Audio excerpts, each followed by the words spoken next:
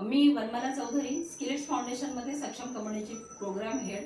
आज आपल्याकडे आलेले आहेत उर्मिला उनवणे मॅडम. उर्मिला उनवणे मॅडम गेल्या 2024-25 पासून आपल्याकडे ॲज अ सक्षम कम्युनिटीच्या मेंबर म्हणून काम करतात आणि आपल्याबरोबर आहेत.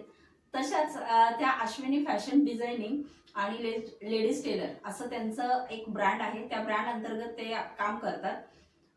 त्यामध्ये त्यांनी खूप साऱ्या अशा ह्या वस्तू पण त्यांनी तयार केलेल्या आहेत. तर त्याचा प्रेरणादायी प्रवास आज आपण त्यांच्या तोंडूनच ऐकू. उर्मिला उनवणे मॅडमची थोडक्यात माहिती. त्या बीड जिल्ह्यामधून माजलगाव येथे लौड नंबर 1 या मधून त्यांनी आलेले आहेत. तसेच त्यांनी त्यांचा प्रवास हा खूप कठीण परिस्थितीतून पुढे चालवला आहे. गेली 22 वर्ष त्या पुण्यातून सिंहगड रोड या भागामधून त्यांनी त्यांचं काम हे चालू ठेवलेलं आहे. तर त्यांची आपण थोडक्यात माहिती आणि थोडक्यात प्रवास आपण जाणून घेऊया. नमस्ते उर्मिलाताई. नमस्कार मॅम. उर्मिलाताई, तुम्हाला कधीपासून असं वाटलं की आपण या शिलाई या कामामध्ये आपण हे काम चालू करावं आणि पुढे चालवावं, याबद्दल थोडंसं सांगा.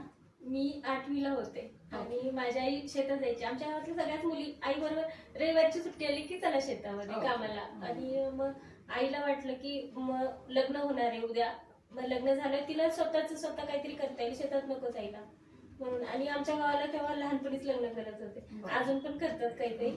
तर मग आई म्हणली नाही, हिला मला शिकवायचं. आणि सुट्ट्या लागल्या मला मे महिन्यात. मग आईने मला तालुक्याच्या ठिकाणी शिवण क्लास लावला. माझी मैत्रिणी आम्ही दोघींना क्लास लावला. 100 रुपये फी मध्ये मी शिवण क्लास केला. ब्लाऊज आणि ड्रेस शिकले तेव्हा. मग तिथपासून सुरुवात झाली. मग 10वी झाली 2002ला. लग्न झालं. लग्नाच्या नंतर काहीच नाही, मग काम बंद केलं. नक्कीच तुम्ही खूप छान शिक्षण तर तुमचं बीड जिल्ह्यातून तुम्ही त्यांचं शिलाईचं पूर्ण केलं. तसंच पुण्यामध्ये येऊन तुम्ही या सगळ्या गोष्टी केल्यात. पण तुमची काय म्हणजे अडचण, तुम्ही जेव्हा बिझनेस करता त्यावेळेस काय अडचण आली तुम्हाला? परत 2004ला मी पुण्यात आले. मुलगा छोटा घेऊनच आले. त्याला पुण्यात आले. तेव्हापासून मी हळूहळू सुरुवात केली. ते आता खूप छान प्रकारे चाललंय माझं. खूप छान. म्हणजे त्यात बरेच संकट आले, आर्थिक अडचणी आल्या, बरंच काही झालं. पण मी हार नाही म्हणली, सुरुवात ठेवली. त्यात माझे मिस्टर पण 2017ला गेले. मग ते सगळं मागे टाकून थोडं म्हणजे 2017 नंतर मी खूप खचले होते. 2018ला मुलांनी परत बोलला. मुलगा माझा प्रेरणादायी. त्या मुलापासून मी खरं पुढं हे झाले. नंतर तिकडनं 2020ला मी म्हणजे 2017ला आईकडे गेले गावाला. तिथनं परत 2020ला पुण्यात आले. सुरुवात केली हळूहळू. पण 2024ला सक्षमला हे जॉईन झाले. आणि तिथनं पुढं मी म्हणजे तुमच्याकडे जॉईन झाल्यापासून 2025ला मी बिचकिनला होते. आता स्किलेट्स फाउंडेशन मध्ये जेव्हा तुम्हाला सक्षम कम्युनिटी बद्दल म्हणजे ऐकलं तुम्ही, आणि तुम्ही जेव्हा त्यामध्ये आलात त्यावेळेस तुमचा अनुभव सांगा. तेच मी म्हणजे बिचकिनचं मी 2024ला जॉईन झाले. 2025 आणि 2026 बिचकिनचे 2 वर्ष मी सहभाग घेतला. ताईंचं मला अजून एक गोष्ट सांगायची आहे. ताई बिचकिन मध्ये टॉप 20 मध्ये होत्या. मग तुम्ही टॉप 20 मध्ये जेव्हा आला त्यावेळेस तुम्हाला काय वाटलं? मला तिथनं पुढे म्हणजे मला खरं बोलायला खरंच भीती वाटत होती. मी शाळेनंतर तेव्हा 2000 म्हणजे 2 पासून 2025ला टॉप 20 मध्ये आले. तेव्हा मी बोलले आणि तिथनं पुढे मला एकदम असं स्वतःवर विश्वास की नाही, आपण बोलू शकतो, आपण करू शकतोय. मला खूप भीती वाटत होती आधी बोलायची हिंमतच नव्हती माझ्यामध्ये. माझं धाडस वाढलं, माझा बिझनेस पण तेव्हापासून वाढला. आणि श्रुती मॅडमनी खूप तयारी छान करून दिली मला. त्यात तुम्ही पण छान, मिताली मॅडम आणि सगळ्यांनी मिळून खूप छान तयारी करून घेतली. खूप छान झाला तो कार्यक्रम. तिथनं पुढे माझं बिझनेस वाढत गेला, ओळखी वाढत गेल्या आणि आपलेपणा वाटला मला. म्हणजे बिस्किनचा हा फायदा तुम्हाला खूप जास्त झाला. माझं तेच म्हणणं आहे की जेव्हा महिला आपल्या ग्रुपमध्ये येतात, फाउंडेशनमध्ये येतात, सक्षम कम्युनिटीला जॉईन होतात, तेव्हा नक्कीच या गोष्टीचा फायदा त्यांना होतो.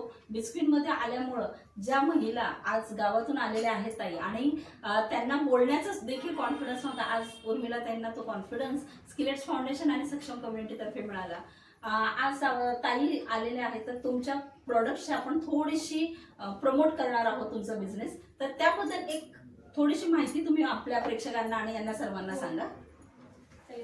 हे समई आसन आहे, त्यात 4 साईज आहेत. कलश आसन आहे, नैवेद्य आसन आहे, हे मॅट रांगोळी वॉशेबल आहे, हे पाईप क्लीनरचं आता नवीन आलेलं कमळ आहे, हे ओटी कोण आहे. ओटी आपण प्लॅस्टिकच्या ऐवजी हे खणाचं वापरतो.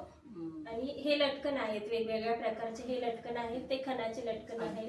हे पैठणी पर्स आहे, म्हणजे रिटर्न गिफ्ट म्हणून पण आपण देऊ शकतो. हे खणाच्या छोट्या छोट्या पर्स आहेत. लक्ष्मीची पावलं आहेत. हे साडी कव्हर आहे इथे, त्याच्या ते कलमकारी पर्स आहे. आणि हे साडी कव्हर पण आहे. तर अशा सगळ्या खूप सुंदर सुंदर वस्तू उर्मिलाताई बनवतात.